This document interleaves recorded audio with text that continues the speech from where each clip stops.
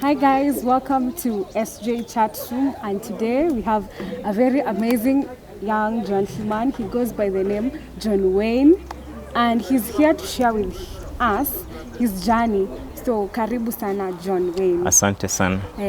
Kindly introduce yourself and tell us who you are, where you come from. Yes. My name is John Wayne Wekesa. I'm a student at Kabarak University, a former student leader in the previous regime. I come from Kakamega County, Matungo constituency. Yeah. I'm a student in the School of Education here at Kabarak University. Nice. So why do you have two English names? I have two English names because I think my dad wanted to bring some vibrance in my name. I inherited my name from my grandfather, John Wekesa, but my dad inserted Wayne in it. So I came to realize that John Wayne was also a cowboy. Yeah, with some film stuff. Yeah, and he had some philosophies which I think some of them I'm very familiar with them. Yeah. Okay. Did your journey start? As a leader. As a leader. I started my leadership journey in the year 2012. That was in Standard 6 at Mumia Central Primary School. And I remember I was born a shy man. In fact, in nursery, I never wanted to pray. When they ask who wants to pray, nobody raises the hand, and the teacher would call out John Wayne, and I would start crying. So in Standard 4, we had this debate on Wednesdays, 3:30 p.m., I remember. And the first time I was given a challenge to be speaker of that debate, we used to argue about father is better than mother, education is better than money, such things. And I did the job well. The next time I had now to be a proposer. I think the motion was father is better than mother. And I was in for mother is better than father. And that's when my confidence grew. Of course, I was talking while shaking. But eventually I realized that I can speak in front of people. So in Standard 6, my class teacher gave me the mantle to be the class prefect. I started exercising my authority there. We advanced to Standard 8. Standard 8, my head teacher of my primary school appointed me as the school president. I think I'm the first president in that school. Yeah, I think I'm the first. Oh, nice. So I advanced to secondary school. I'm this type of person who really loves taking challenges, taking risks and feeling the achievement, you know. So in my high school, I became the secretary in my class, and I used to write minutes. Eventually, I ascended into the position of house captain. My house was Kilimanjaro. That was in Buka Academy Secondary. Kilimanjaro house was really, really dirty at that time. So I replenished it. I reintroduced glory in the house, and it used to be the cleanest house every week. So with that, I told myself, now the next step, I think I can be head boy in this school. I went for presidency, but my principal was reluctant to give me the mantle of being the school president. So he decided I go for vice president, community affairs, which I took up seriously, planning major events. You remember Matahatran, I was the student's treasurer at that time, and I would handle as much as 4 million Kenya shillings. So I think with that treasury at that point, I was so much conversant with accounts, finance, and stuff. So when I came to the university, I didn't want to be a class rep, but I knew I would be a student leader at some point. So that's when I realized that this thing has been a process, step by step. That's when I came up with the slogan, step by step. I went for the position of Director of Social Affairs Men, which I won. And then my colleagues voted me in the position of Treasurer. So I interconnected with my role in high school and here. And right now, so many people are telling me I can be the Cabinet Secretary of Finance. Yeah. Yes. So from here, I'm done with campus politics.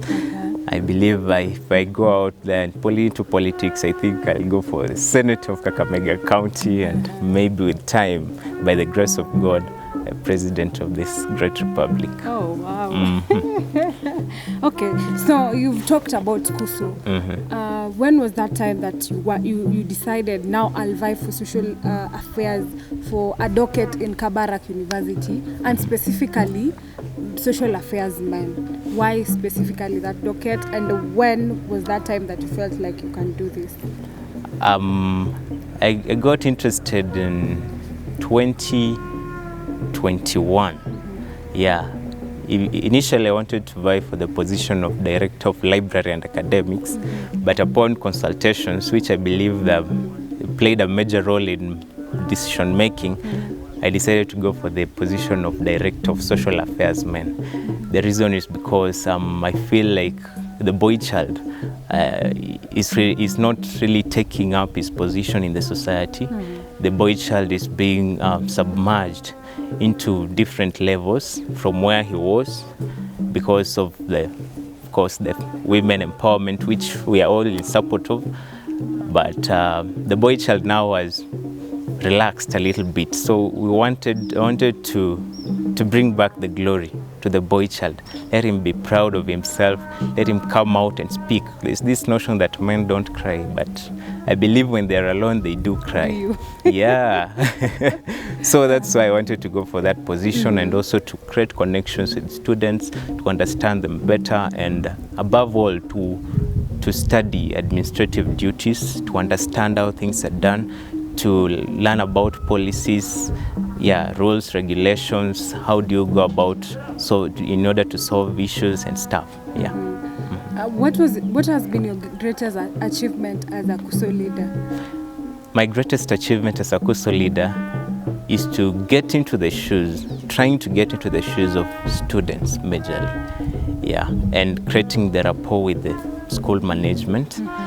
There's this that the school management will hold on theory Y and the students will hold on theory X. So you need to try and create an equilibrium and create an MOU so that there be a level of understanding between the two parties, to create, to diminish the differences, to come to an agreement, an equal agreement that will not hurt the institution and that will not hurt the students, which I believe I've tried through my docket, of course, which majorly bases on events, the welfare of students.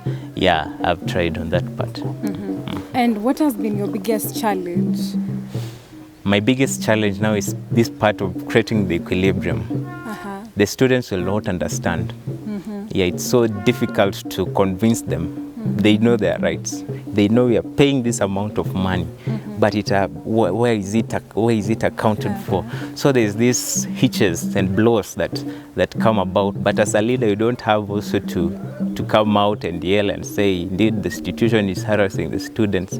At the same time, if you look on the side of the institution, they also have their own challenges, and they're doing their best to create those subsidies and to cater for all students. But at the same time, you cannot impress 100% of the population. There are those who will be hurt by certain decisions, and there are those who will be favored by certain decisions. Nice. So who has held your hand in the leadership journey from primary, high school, and now campus? The ultimate one, I'll say, is God. And then number two, I'll say my family, my extended family, and nuclear family, of course. I'll say God because my dad, my mom would never imagine that I can escalate to these levels. They never imagined. In fact, when I went for leadership here in campus, of course, there needs to be a budget. They did not chip in so much. They were not so much into it. They didn't know like I am going to win. And when I called telling them that I won, they were surprised, shocked. In fact, I'm in a university that is in the Rift Valley. There's this notion, the Kalenjin, but they were really surprised that I won the elections. So I'd say my extended family, they do call me all through from primary, they've been calling me Mr. President, Mr. President. Even when we are at home, they call me Mr. President. My aunties, my uncles. My grandmother believes that I sit with Gideon Moi, and I've never met Gideon Moi. So, yeah, such words are encouraging, and they mean a lot to me, yeah, throughout. Yeah, so they're an asset to me. Oh, nice. Yeah. What would you tell someone who wants to vie for leadership in campus? Because I know it's not easy. Being a leader in campus, it's kind of hectic. What would you tell that person who feels he wants to be, but he's really afraid? Leadership is a challenge. That's what I'd say. It comes with a decision. So the moment you make a decision to be a leader, you're already a leader. That's a simple step. Making a decision to be a leader, you're already a leader. And for anyone who would want to be a leader, stick to your lane. Of course, budgets are needed, but that doesn't count at all. How you express yourself, your confidence, your level of significance to people, creating the rapport with people. Yeah, I think that's what you really need to measure in. And above all, God. Yeah, hold on to God. Just stick to your lanes. Stick to your lanes. You don't have to drive big vehicles or do what. It doesn't matter where you come from. Just like Lupita Nyong'o said, dreams are valid. Yeah, indeed they are. Just stick to your lane step by step. Organize yourself, plan, listen to people, consult, negotiate, create links, network and connect. Yeah, you'll get far. You're planning to go to Mumias Primary School. What made you to remember that primary school? You know, many people don't remember, especially primary school. They don't remember at all. So what made you remember Mumias Primary School? Just like I said, Mumias Central Primary School is a school that nurtured me. My leadership journey began there. Yeah, and thanks to God that the head teacher at that time is still the head teacher right now. He's the one who pointed me out to be the school president in 2014. And I remembered me telling him that year when we were completing our KCPE that one day I'll come back here a better person, and I'll come to say thank you. So at this point, as I'm completing my journey in my 4-year study in the university, I thought it wise to go back and say thank you, and to also motivate the learners who are still there, to tell them that a difference of 9 years from this moment that they are in is not a big one. Anything can happen. You can go to places where you could never imagine. I can assure you I never knew Kabarak University, but here I am, I'm taking Kabarak University with me back to my primary school. So Mumias Central Primary School is a very, very important school to me. They mean a lot to me. Yeah, I can say that it's a school after my own heart. And I am so happy that you found time to come here. Okay, Karibu. Yes. Asante. So dear viewers, thank you for watching SJ Chat Room. Remember to share, subscribe, comment and like. Thank you.